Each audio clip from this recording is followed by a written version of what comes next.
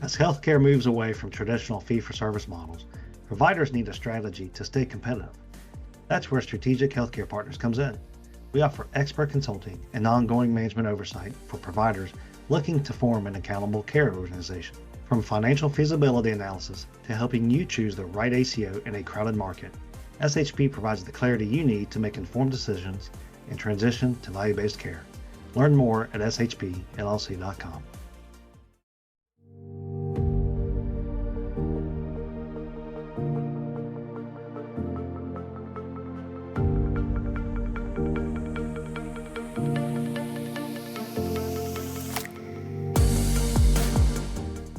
Sherry Roussarie and Kelly Macken-Marble ignite the conversation once again, with Jason and our special hosts, SHP's very own powerhouses, Julia DiGiacomo and Ami Patel. They're diving deep into the riveting world of their book, Two Rivers, The Power of Collaboration and Other Leadership Lessons. Get ready for some powerful insights and inspiration as this vibrant conversation unpacks the invaluable lessons tucked within the pages of their book. Buckle up, folks, because this is just the beginning of an exhilarating journey through the realms of Two Rivers. Are you ready for this vital conversation? Let's get started.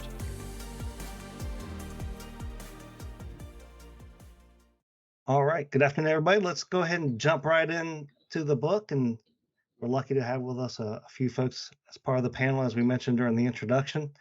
I'll get us started, and just Cherry and Kelly, if you will, maybe just from a higher level view, start with the overall flow of the book in terms of, we were pretty caught in terms of the back and forth, how you guys flowed throughout the book, but also the intense depth from personal stories that really grabbed all of our attention and was just really sort of inspirational and just grabbed us right away. Talk us through how you arrived to the decision of just the flow of the book. Yeah, I think I would say that we felt like we had a compelling story to tell, and having both Sherry and I having worked in similar and sometimes separate or different sectors of healthcare, we had different perspectives of what we experienced, but we felt like we had a compelling story to tell. And I think as we began writing the different chapters, and we did have a very intentional process in the beginning to kind of determine, what were the most important elements of the story to convey. So we did walk through that. But then I think it became clear that weaved into this experience that we had were some very clear leadership lessons, right? There were experiences that we were having as leaders, and I would also say as women leaders, that we knew other women were experiencing. So while we didn't want that to be what the book was about per se, it felt like an opportunity to weave that into the stories as we went through them. I think the other thing that became clear as we were working through this is that as leaders, sort of what got us to where we are today, sort of the root of how we managed some of the issues and our passion for some of the issues absolutely came from our personal experiences. And I think, just in general as a leader, and I know Sherry does a tremendous amount of coaching and mentoring others as well. We all bring something to the table that, got us where we are today or brought us the interest that we have today in this work. And so really leaning into that, which is not easy to do, by the way, and makes you very vulnerable. But it is why it is why we are the people we are today. And so thought it was going to be a challenge and difficult to do, to be that exposed. We thought it was an opportunity for other leaders, other women leaders, to see those experiences and say, wow, okay, I can do this too, right? I can achieve, whatever I want to achieve regardless of life experience, and that it made us stronger and it made us better leaders. So we decided to weave that into the book as well. And hopefully it helps sort of describe how we became who we are today, and also in some respects how we responded to the situations the way that we did because of those experiences. That's all very, very true. What Kelly has just stated, in the way that we brought all of this together, and we found as we started writing or thinking about the structure of the book itself, that what chapters are we going to include, what experiences are we going to include, and it fell out very naturally. And as opposed to both of us trying to write for each of the topics, we found that each of us had an area. One of the topics appealed to one or the other of us more, and that's really how we ended up with the structure of the back and forth with the chapters. This is Ami. Kelly, you had mentioned in chapter 8 how you immediately made cultural changes to a decentralized model. This is within a very large practice. Can you talk through how you arrived to that decision and how it was received? Yeah, it was a challenging process. Independent physician practices always would say, I've got 200 bosses, and all with their individual practices. And it was, in some respects, very decentralized. However, it had the same organizational challenges that every other organization has, right? Which is all things related to culture, and all of that. If you have a healthy culture, that definitely directly impacts how healthy patient experience is and employee engagement, right? So it was something that needed to be addressed. So, it initially was, as I brought this forward through physician leadership, I think was referred to as the fluffy stuff. And so I, maybe not supported initially, but I will say we went through a process to create what we called core behaviors. And as part of the physician peer review committee, they really saw the value of having clinicians also a part of living and demonstrating these core behaviors. And really, that was going to be necessary for us to get broad sort of culture change across the organization, because they were leaders and owners. And so, I would do town hall meetings with staff, and we were going through these core behaviors. And one particular staff very clearly said, "My doctor thinks this is nuts. We're not going to do it." And I just smiled and I said, "Understood. These are the values that we think are important in creating a healthy workplace. We're going to keep moving forward." Eventually, we got that physician on board, and soon physicians began to be held accountable for living those core behaviors just like everybody else. It took a couple of years to get to that place. We started with no, and got to a place where it really did become part of the framework around physician behaviors, and just review of complaints and issues related to clinicians, just like it did on the non-clinician side. And so it took a little while, but we were just steady in our work to ensure that the physician leaders adopted the importance of the core behaviors and core values. And once we got to that place, it really just continued to improve from there. This is Julia. Can I jump in real quick and ask a follow-up question about that, Kelly? You mentioned accountability in this whole dynamic of building a new culture. What does that look like, or what did that look like? How do you keep people accountable while trying to enforce a positive culture? Yes, such a great question. We initially started that transition by rewarding positive behaviors, right? Rewarding when we saw a physician, nurse practitioner, a lab tech, whoever it was, really living those core behaviors, right? And then we had a group of culture ambassadors who were frontline team members who were living those behaviors, but also working hard to recognize when they saw them.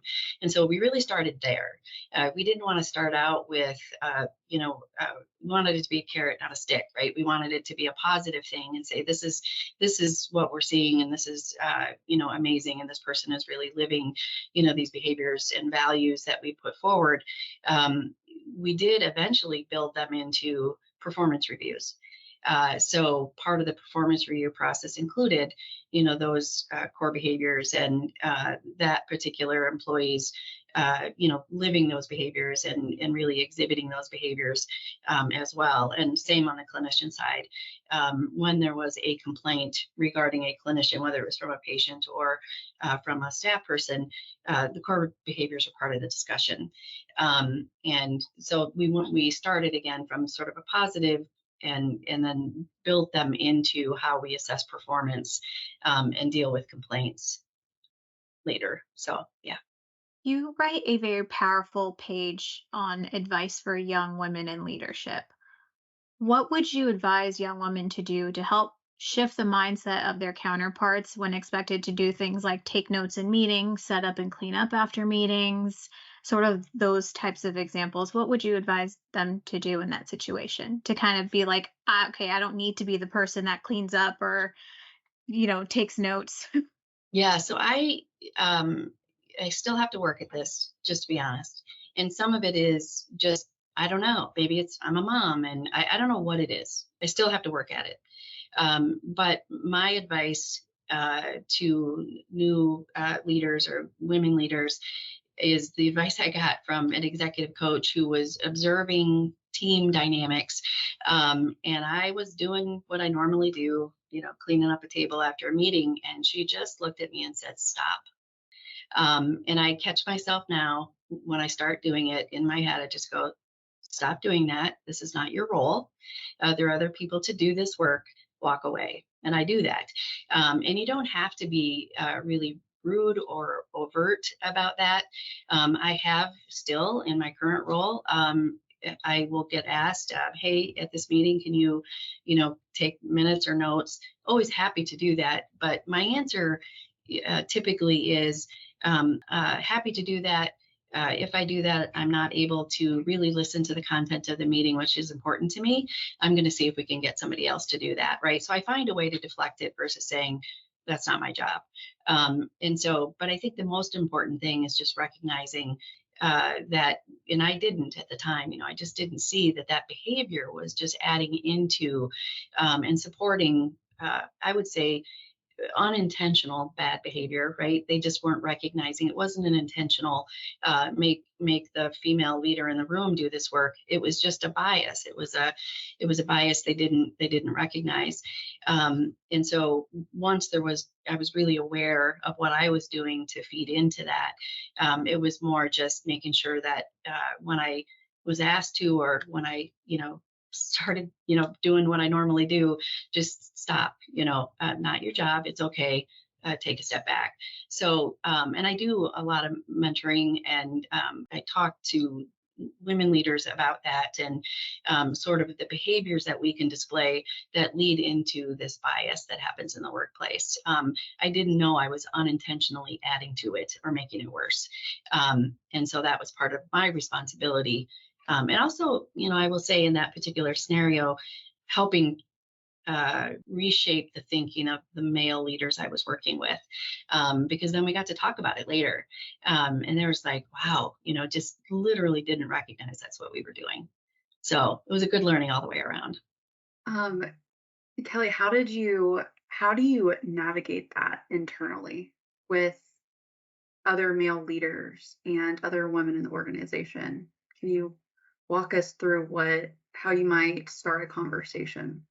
Yeah, one thing that I've gotten better at as I could be get older and more comfortable in my own skin is just being willing to provide feedback. That's one thing I think as leaders, anybody, just as people, we're not most of us just come right out of the gate feeling really comfortable giving feedback. And so, and I think it's so important. As I said, in the scenario, that scenario that I write about in the book, the the men in that scenario, it was not intentional, right? It was just a bias, that unconscious bias. And so I feel like, my role in the last several years is more about developing others and developing leaders. And so every time I see the behavior, I have an opportunity to call it out and talk about it. It's not always super comfortable, but I have had conversation with,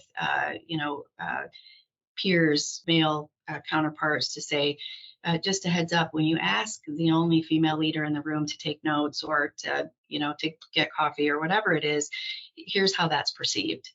And I had this opportunity through culture work in another organization, where we learned how to give feedback in a way that is not off-putting, because it can be hard to do. But start with a positive and say, hey, I think you could even be more effective if you worked with your female colleagues in this way.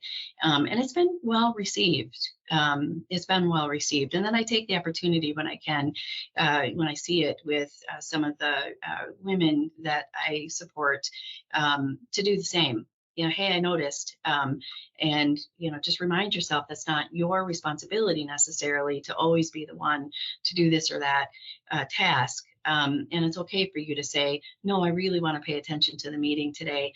I'll get some additional help for the team, right? Give them some tools to manage those conversations. And that's it's worked really well. It's worked really well. I'm a big sports fan. It's Jason probably unfortunately knows, and I find a way to weave that into lots of conversations. But that is another thing, actually, that is difficult for women in the workplace, is sports. If you're not an avid golfer, sometimes you're outside. If you talk about if you're an avid football fan or basketball fan or baseball fan, often male colleagues aren't comfortable having that conversation. They assume women are not interested in those things. So I do use that as an opportunity to mentor and coach a little bit, to say, we're here. Yeah, we want to be involved, right? So lots of opportunities to get rid of old biases. We'll be back after this quick message.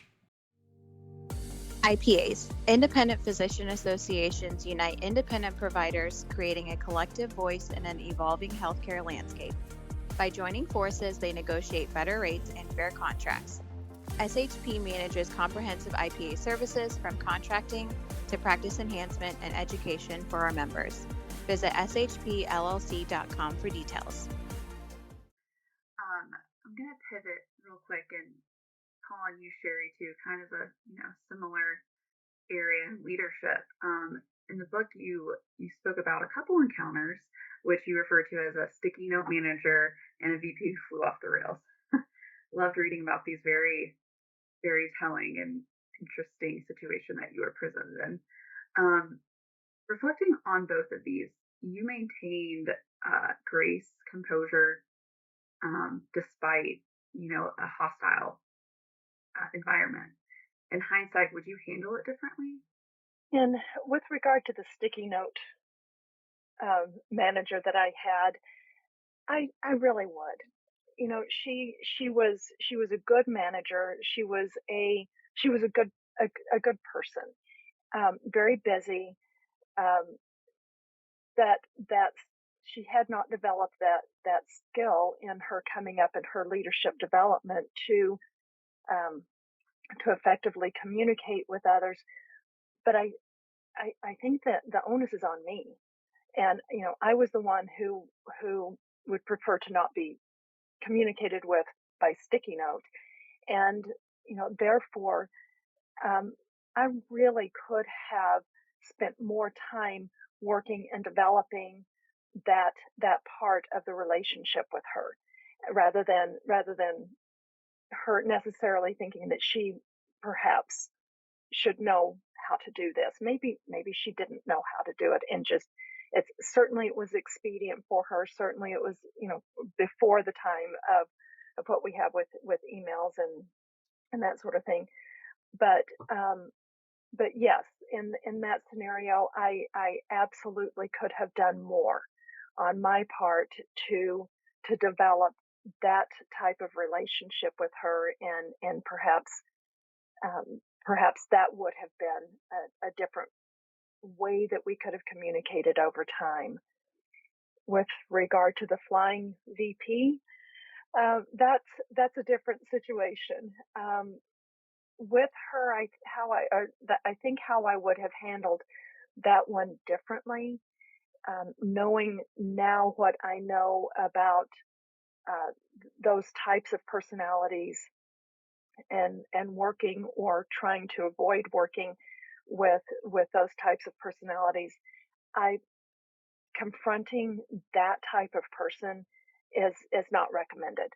So showing her what I was going to do was really not the right thing to do, and just rather going ahead and doing what I had planned, which may not have resulted in a whole lot different scenario as to whether I would have stayed my last 2 weeks, worked out my notice or not, and likely would have been that I would have left early anyway, but it most likely would have prevented her anger from inflaming and coming across that desk at me. So I think I could have avoided her response just by, when you have someone who is that highly toxic in your organization, everything that I've read about that is to don't try to confront them. You're not going to change them, and try to figure out a way to work around them, or to minimize your dealings with them. So that's how I would have handled that one differently. So now, from a different perspective, if that was going on in your organization, those two types of individuals, and heard about the situation, what would you have done as a leader in that organization? As a leader, with the first one, with the sticky note, that one is, I think, fairly easy to respond to. Just doing some coaching, some mentoring with that person, and how finding out what it is in their schedule that's not working so well, that their communication style is one where they're just sending off a quick note on an email rather than sitting down and talking with an employee, and doing what I can to then help them find different strategies and ways of communication that would benefit them, benefit the employees, and perhaps help them set up times and schedules for rounding, for weekly meetings or that kind of thing, so that they can be much more effective for themselves and for their employees. With regard to the other one, my preferred choice would be to help them find another bus to be on. Very gracefully and well put. And this could be aimed towards Sherry or Kelly. How did you navigate power structures earlier in your career versus later in your career? I think there are things that Kelly and I both felt. We both are, if I may, Kelly, step out and say, we're both milder in our approach than some of the people that we worked with and for. We're quieter, and I think we both are thinkers, versus somebody coming in and saying, get me an answer right now, or I need to produce an answer right now. I know for myself, I need to process things. Early in my career, I worked hard to be that other kind of leader that would come in, and I saw that they were what I perceived to be strong personalities and stronger people. Therefore, it made them smarter and better leaders, and those kinds of things. I've learned over time there are places for both of us, that those of us with a quieter voice, with a quieter position and demeanor, we do our jobs very well, and we have an ability to generate trust, to generate camaraderie. And I think that's a lot of what brought Kelly and I together in our ability to collaborate in the way that we did. We were competitors. Our organizations were fierce competitors, but we both had similar enough demeanors and personalities to step back and say, let's think about this. Let's look at this. And you don't have to be the meanest, the toughest, the top dog to be the top dog. So I think that's one of the big things that is very different from how I viewed leadership from early in my career to leadership later in my career. Yeah, I would agree with what Sherry said, and I will say, this perception of what a leader looks like is a really interesting thing. And early in my career, similar to what Sherry said, I mean, I'm the same as I was, 20 years ago. I'm never going to be the loudest person in the room.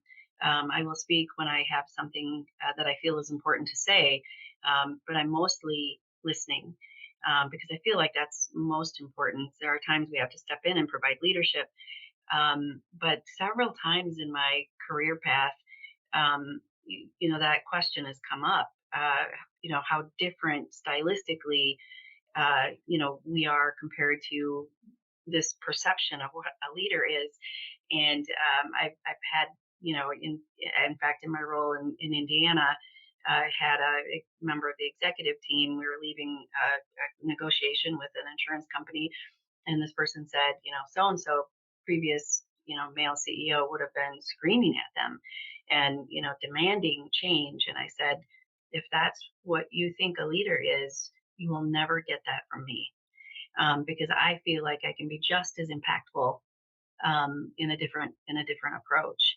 And so I do think that there is sometimes a perception that a different style than a sort of loud command and control is weak. And my experience has been just the opposite. Now, in the beginning, I was worried about that. I somewhat of an introvert, those kinds of things. But I learned that and just watched as my own progression in my career is that I really was able to accomplish more, being able to build relationships. People weren't necessarily, they weren't afraid of me. They knew they could come to me. We could have good conversations, and that's not weakness. That is good. So I love the question because it really, I think, is something women deal with in leadership. Not always, but some. This idea of what a leader should look like and sound like. And it really just isn't true. I agree. If I can add a little bit more to that, it seems to me that it takes more strength to give other people voice so that it's not always my voice, it's not always my opinion, it's not always my way that things have to be done, to allow others to have some room to grow and some room to apply their ideas and creations. I think that's a stronger leader than someone that has to have their way all the time. And there was a group of up and coming leaders that I had the opportunity to speak with a few years ago, and sharing some of these things that Kelly and I have both talked about today in terms of how a quieter leader is really a strong leader. And there was a young man in the room who it was an audible, oh my goodness, I have been really concerned about whether I actually can be a leader because I am introverted, because I am quieter. And it was over half the room that you would see that the head nods. And so it was a very gratifying thing to see that there is an opportunity that people can hear that they can be leaders and strong and still be the quieter voice in the room. That was great advice. Kelly, I read recently where the healthcare admin industry growth is expected to be 30+% growth by 2029. In chapter 9, you mentioned that balancing many tasks feels like spinning plates in a circus. There are some that are likely to crash. do you feel like there is more work on administrators than there were in the past? And how do you think it impacts new administrators coming into the role now? That's such a great question, because there is the business and strategy of healthcare um, which is so important to really pursue all opportunities, as we continue to figure out how we're going to remain financially viable in a you know healthcare environment today where big health systems are struggling financially. And so it is quite a challenge. And then on the other side of it, from a leadership perspective, being able to provide focus, with your team, and make sure, once you've defined your strategic plan, that there's uh, that this is the focus. I'm a lean trained leader in strategy deployment, and the whole intent behind that is to define the most important, and really focus and drive towards those things. There's always, though, I will tell you, always just this ongoing discomfort with uh, adding another plate up in the air. And I am uh, my I'm wired to like having 10 things in the air all the time. I enjoy that. I can manage it. It's awesome. However, I did learn after some really good feedback along the way from others that my style, is not everybody can do it. Not everybody has the ability to manage what if and all these opportunities, along with this is our focus in driving the organization forward. And so I've learned to dial that back and manage that. I'm not always successful. I do make mistakes on occasion where I push too hard, and maybe have one too many plates in the air. And so in my current organization, this is something we talk about sometimes every day, and we have regular reprioritization discussions.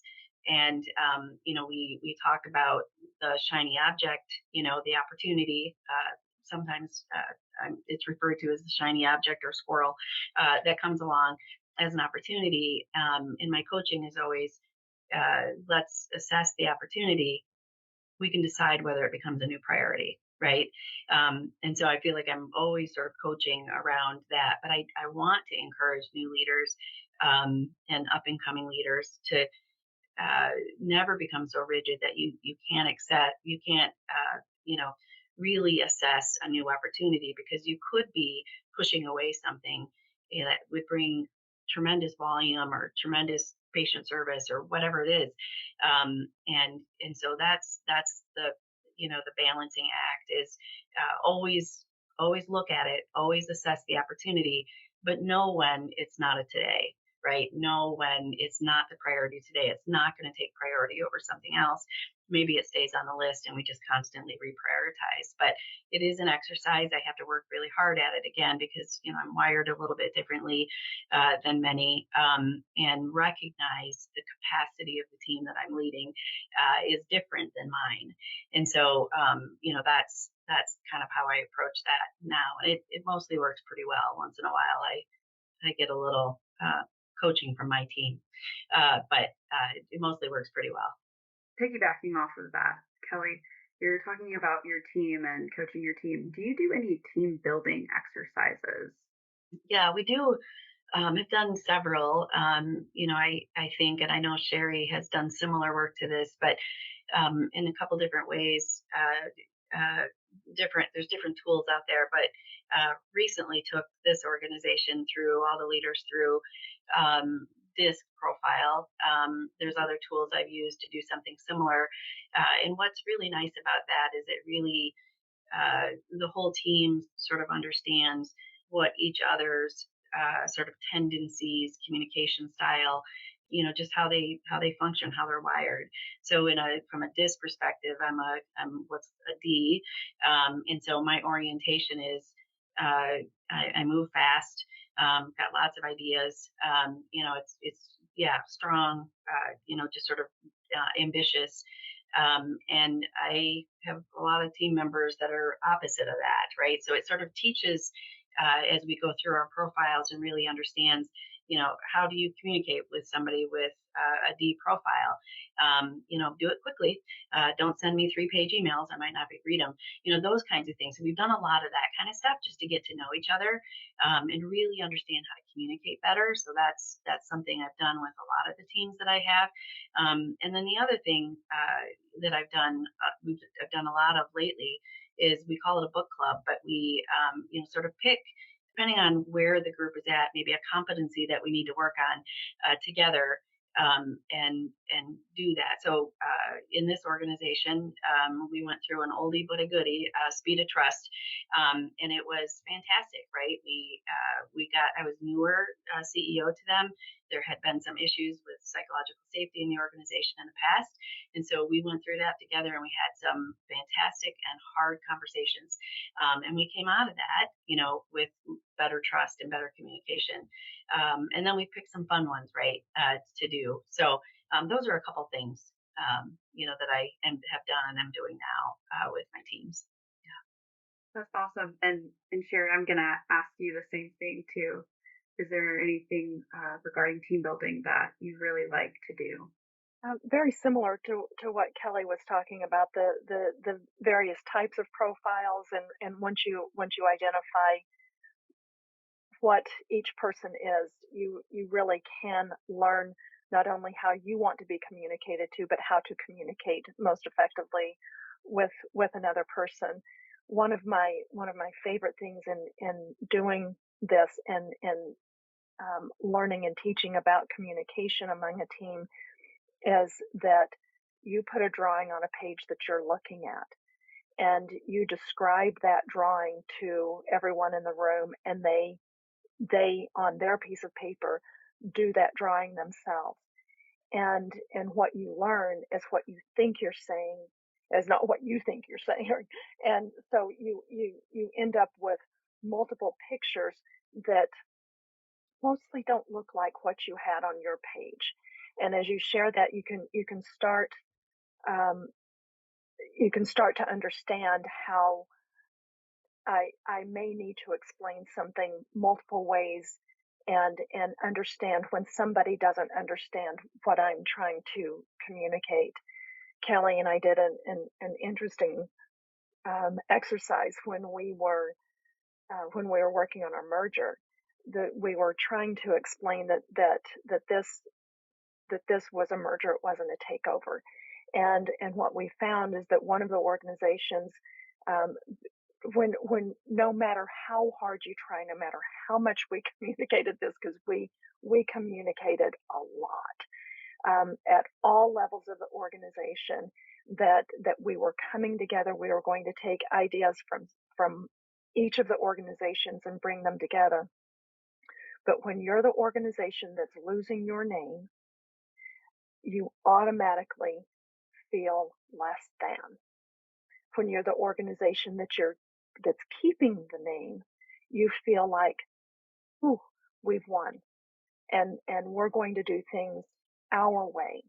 So Kelly and I went into this meeting once, and we had all of the managers from both organizations in there, and we said, you know what, we're 6 months into this process, and we looked at everything, and the decision has been made that we're going to merge the other way.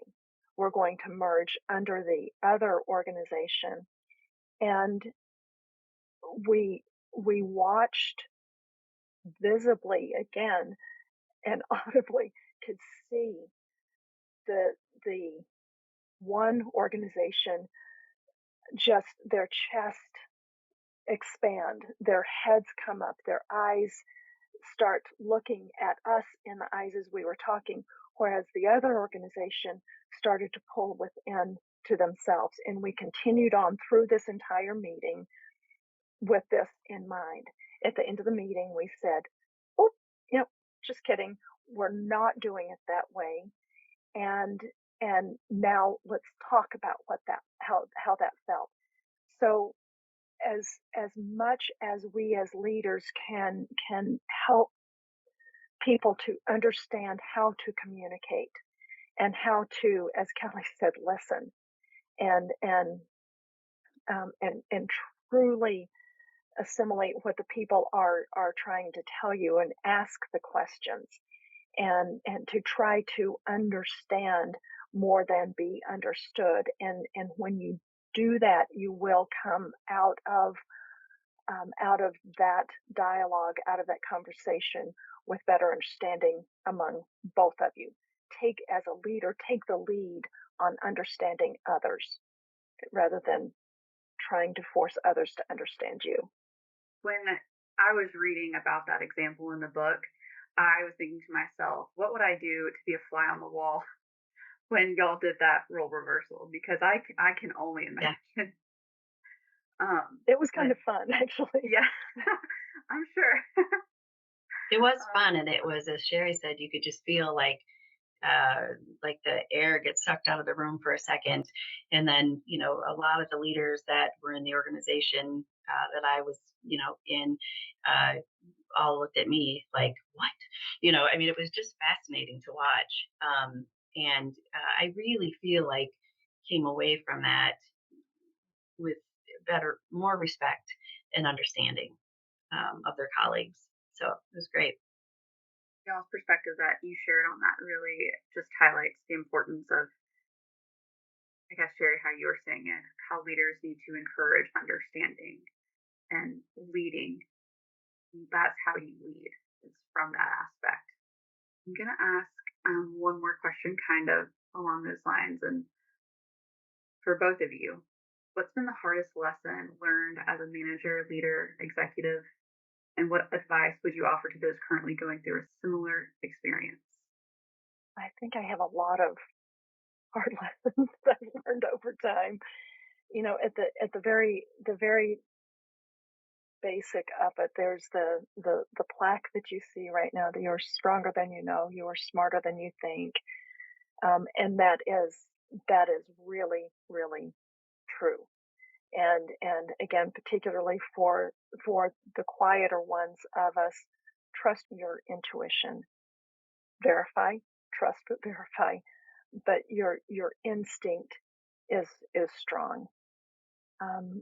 Learn from everyone in the organization. The people who are on the front line, who are doing the job day to day, they know more about how that job can be done better than the person that sits up in the C-suite who's never actually done the job, but you've read about it in the books. So find out information from those people. Allow yourself grace. Be kind to yourself. As you're being kind to others, remember that you're part of that grace that needs to be given. And as leaders, it's our job as leaders to give credit and take blame. And while none of us really wants to take blame, the reality is as we give credit and as we take blame, you start to build that trust within your organization that you've got someone's back. And then your team then has your back as well. So to the extent that it really makes, because bottom line is everything stops with you as the leader. So it's also recognized when things go well. It's recognized by your board that yes, you are the leader of that, and so it does come back to you. But it's also recognized by your board that when things don't go well, that it comes back to you as well. So just start it in your career when you've got people on your team who are doing things well, or where you can give credit, give the credit, take the blame. And I guess one thing that is really difficult and challenging to reconcile is there need to be times where people need to blow off steam, particularly if you've got a lot of you're going through a lot of change. And Kelly and I tend to live in that state of change where we're comfortable there. and like she said, not everybody is, and even in good change, it's very uncomfortable, and there needs to be a pressure valve release. We all have it. We all have best friends that we just need to say, "Oh my gosh, if that Sherry hadn't done this." Be comfortable in that space. We know we need to do it, and then move on, and encourage the people around you to find a safe place to do that, and then move on. You don't want your organization to live there. You don't want your other leaderships or your team to live there, but to they do need to have a place to be able to do that comfortably, and by you giving that permission, that takes away the some of that feeling of, oh, I'm talking behind Sherry's back, or something along that line. And again, you're building trust within your organization. But going back to the first comment, trust yourself. You're smarter. You're stronger than you know. Yeah, I love everything that Sherry said. I would say that from a lesson, what was the hardest lesson? There's just so many. But I think, when I look back at my career, I think hardest lesson for me was just to get comfortable in my own skin. We talked about that perception of a leader, and I didn't come into healthcare leadership in a traditional path, and worked with a lot of people that did. And so, it took me a while to get the confidence that that I needed. I had tremendous passion for the work, and knew how to do the work well, and was being successful, but I still struggled with that confidence. And I think a lot of leaders do, a lot of women leaders do. And so one of the best things, smartest things that I did was get a coach. I had gone through an assessment and a role and gotten some feedback, and the feedback was a surprise to me, and alarming. And I remember going home and telling my husband, I just got this feedback. And my husband literally said, "Oh, well, you can see that, right?" And I'm like, "Nope."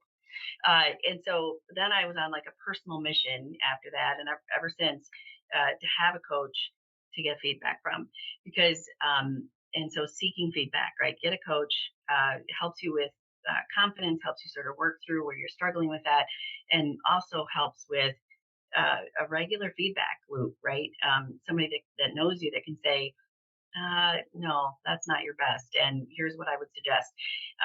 And I aspired in my role today. Last year I did 4 360 feedback surveys, and I love it. You hear things that are painful always, and it doesn't matter. I love feedback, and I still, once in a while, you get a comment, you go, well, that hurt a little bit, but I want to dig into that and learn more about it, right? So get a coach. Always find ways to get feedback, right? Because it doesn't matter how good we are, we should be learning every day, and getting better. And I think along the lines of what Sherry said, being humble and kind, and we make mistakes. Be honest about that, and your leaders will have so much. Your leaders, your frontline staff, the clinicians you work with, will have so much more respect for you if you do those things, right? Just be transparent, and be a person, right? Just be who you are. Yeah. We were at a full hour, and I feel like we could literally talk for another hour. And I didn't even ask questions. Think about that. I'm usually, Aaron would tell you I'm the one that doesn't shut up. These ladies, Julia did fantastic. They asked all the questions I couldn't even think of, and I even had notes. They actually asked them all myself. So wonderful job. Obviously, for those that are listening, Two Rivers: The Power of Collaboration and Other Leadership Lessons came out last year, right about a year ago. Several of us read it. I'm not a reader, and I read, and you can't see it, but I've got little notes and stickies. You each kind of almost brought me to tears with some of the stories. It was awesome. So highly recommend that to everybody. We've had a good full hour. I know everybody's got stuff they needed to do and work to get back at, but this was some insightful information. The book is awesome again for everybody to get. really appreciate y'all's time, and thank you for joining us. Thank you. Thank you. Really quick, while reading this, and the place I am in my career was just a gift. This has been an episode of Beyond the Stethoscope, Vital Conversations with SHP. If you enjoyed this podcast, please be sure to rate and share it with your friends. It sure helps the show. Production and editing by Nala Weed. Social media by Jeremy Miller. And our co-hosts are me, Aaron C. Higgins, and Jason Crosby. Our show producers are Mike Scribner and John Crew. Thank you for listening, and we'll see you next time. But while these were great questions, obviously, you guys know there's a more important question that takes a lot more thought.